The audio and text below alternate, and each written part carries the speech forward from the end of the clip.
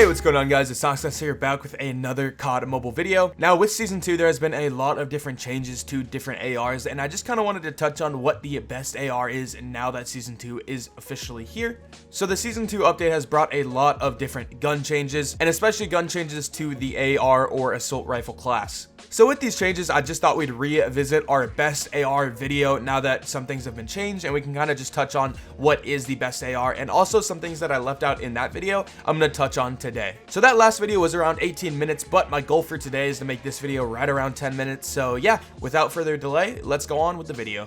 So when comparing assault rifles, one of the most important attributes you have to look at is the recoil of the weapon. And I think it's important to mention also that vertical recoil, which is the recoil as your gun goes up, is very easy to control as you practice because all you have to do is pull down to compensate for it. I talk more about this in my how to aim video, which you guys can watch after this one if you'd like. And the other form of recoil is horizontal recoil, which is recoil side to side, and that is almost impossible to control. So with that being said, basically what you're looking at right now is the recoil patterns of all the guns that weren't changed in this update, and then the 3 guns that were either changed or added in this update, including the ICR, the LK24, and the AK117. Now, a lot of people are probably wondering why the LK24 was added, because technically they didn't mess with the recoil, but they did mess with the firing rate of the gun, which will mess with the recoil in turn, so I decided to include that in our graph. I also want to note that the M16's recoil looks very low because it is a burst gun, so the recoil resets after each 3 shots, so it does look low, but that is pretty deceiving since the gun is bad. I'm just going to downright tell you that gun is not a good gun. So if we look at what guns don't go very high, they don't have a lot of vertical recoil, we can look at the M4, the AK117, both Season 1 and Season 2, and then also the ICR. All those 3 guns don't have that much recoil vertically. Okay, so now what you're seeing is the ICR, the LK24, and the AK117, the 3 different recoil patterns that I recorded, but separated so that you can see each one individually. And what you're going to notice is obviously the LK24 doesn't go side to side that much. It might look like a lot, but if you compare it to the AK117 and the ICR, it doesn't go side to side that much until the last few shots. So at the very beginning, it's kind of a laser, which is definitely beneficial for the weapon. The AK117, they definitely added more horizontal recoil. As you can see, it kind of bounces side to side quite a bit, but still not that much. And then the ICR recoil is just so weird. I don't know. It's like sometimes it won't go anywhere, and then it'll bounce really hard left and right. The ICR recoil is definitely very, very weird, but as you can tell, it doesn't go up that much, so it is one of the lowest vertical recoil guns, so it will feel like a laser for some shots, but it will kind of go side to side. I also wanted to mention this since I didn't mention it in the last video. Aim assist will kind of affect your recoil because as the gun is like getting recoil, it'll kind of pull back towards the enemy. So even though these recoils might look pretty brutal, if you're shooting at an enemy with aim assist, it kind of nullifies the effects of recoil just a little bit. Okay, so now let's go ahead and look at the Season 1 versus Season 2 LK24. So right now what you're looking at is the Season 1 LK24 in white and the Season 2 LK24 in red. And what you're going to notice is that the recoil in the Season 2 LK24 is slightly worse, but again, they didn't change it. They just buffed the fire rate, so it's not going to be a huge difference. So it is a little worse, but it's not that much worse, to be honest. And then the damage per second got a small boost from 266 to 275, and that's because the fire rate went from 10.25 bullets per second to 10.588 bullets per second. And because that seems like such a small change, I double checked, triple checked, I made sure of this. That was the fire rate change that they made. It wasn't just like a small miscalculation. They definitely buffed it by just a little bit. And I'll talk more about that damage per second to see if it actually is good very soon. But that is the LK24 Season 1 versus Season 2. All right, next up is the AK117. And if we observe the AK117, we can clearly tell that the Season 2 does have a little bit more vertical and just a tad bit more horizontal. I can't really tell the horizontal recoil too much. It definitely seems like they made the vertical recoil a little bit worse, though. As you can tell, it's kind of a big difference here.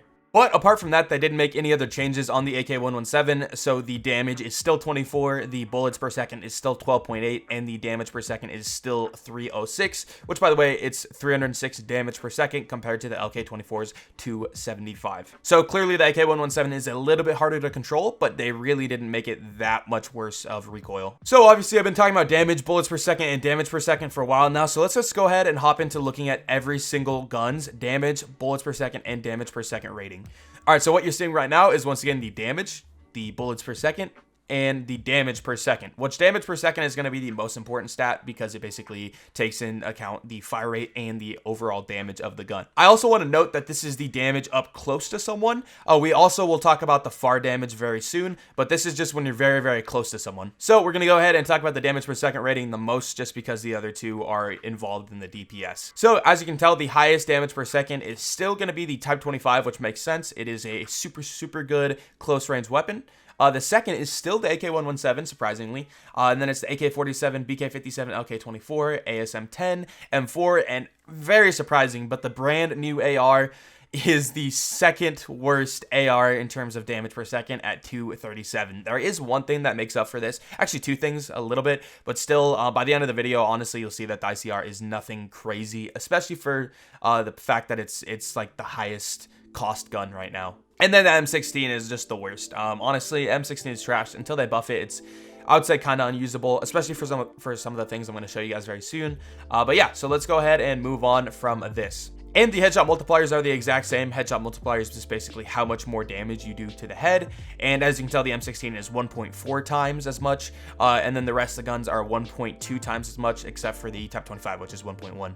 So while editing this video, I realized there's one more thing I should cover, and that is the movement speed of each weapon. And essentially what I mean by that is how fast you run when you're holding this gun. So obviously, if you're a rushing based player, guns that make you run a little bit faster are going to fit your playstyle a lot better. So basically what you're seeing right now is like a 100-meter track.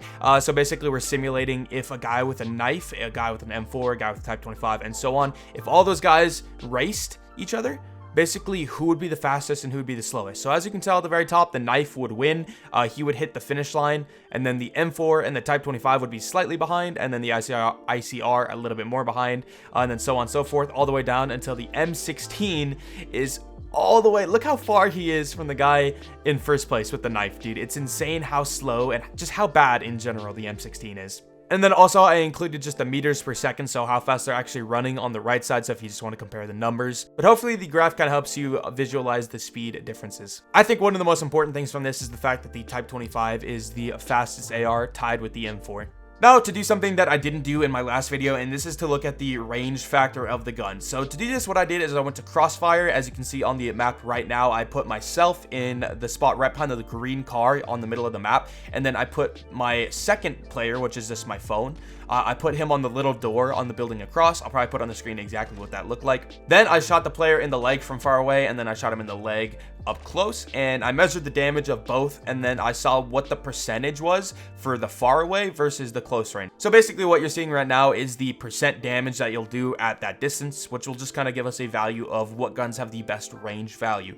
Now, this isn't the best way to measure range. It's actually very hard to do that because there's a lot of things that go into the range of a gun, but this will give us a very, very good feeling of what the range is for different ARs. And as you can see on your screen, the guns that have the best range, quote unquote, is the M4, the ICR, and as I was saying before, the ICR, that's one of its redeeming qualities. The AK-47, then the BK-57, AK-117, LK-24, the ASM-10, the Type 25, and then the M16 at the very bottom with the worst range percentage. Now, obviously, this is a cool stat to see, but the most important thing is seeing what the damage is that they'll deal at that distance. So I'll go ahead and show you guys that right now. So basically, all this is the percentage I just showed you multiplied by the gun's close range damage, and then that's going to give us their far range damage. And now what we're seeing is the range damage rating, which is going to be the AK-47 at 24 damage, the ASM-10 at 20, a couple guns at 19 or 19.1, then the LK-24 18.1, and the AK-117 and Type 25 at the bottom was 17.1. Now, the AK-117 and Type 25 at the bottom might be surprising because you're like, yo, these guns are some of the best guns. Why do they have such low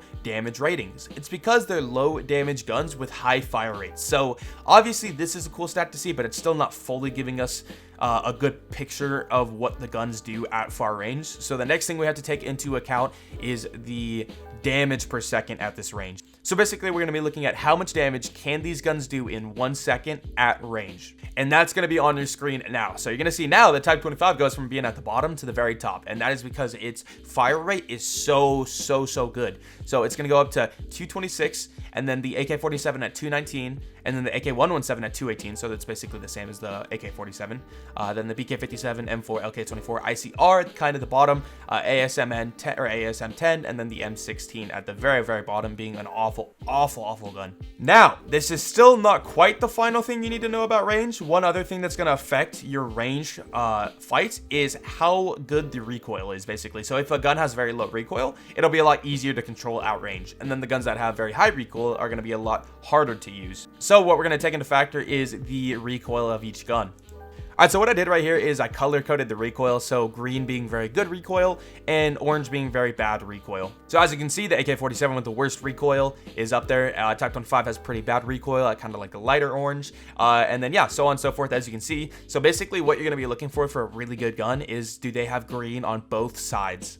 And what you're going to notice is the AK-117 has green for its recoil, so it has low recoil, and it has green for its damage per second at range. So as you can tell, it's a super good range gun, and we already talked about how it's a super good close range gun. So honestly, I'm just going to tell you right now, the AK-117 is still the best AR in the game, the most versatile AR in the game, easily. But basically in pro play or high ranked play, you're going to be seeing any of these top 4 guns being used just because recoil doesn't affect really good players too much because they're able to kind of control it with a lot of practice. What matters is how much damage can they dish out. So any of these top 4 guns are very viable, and you're going to see them in competitive play a lot. But the guns on the bottom are all guns that kind of need buffs. They're bad close range, they're bad far range. They're like, they work, and especially the M4. The M4 is very easy to use because it has low recoil and it has a decent range damage per second. So a lot of newer players like using it.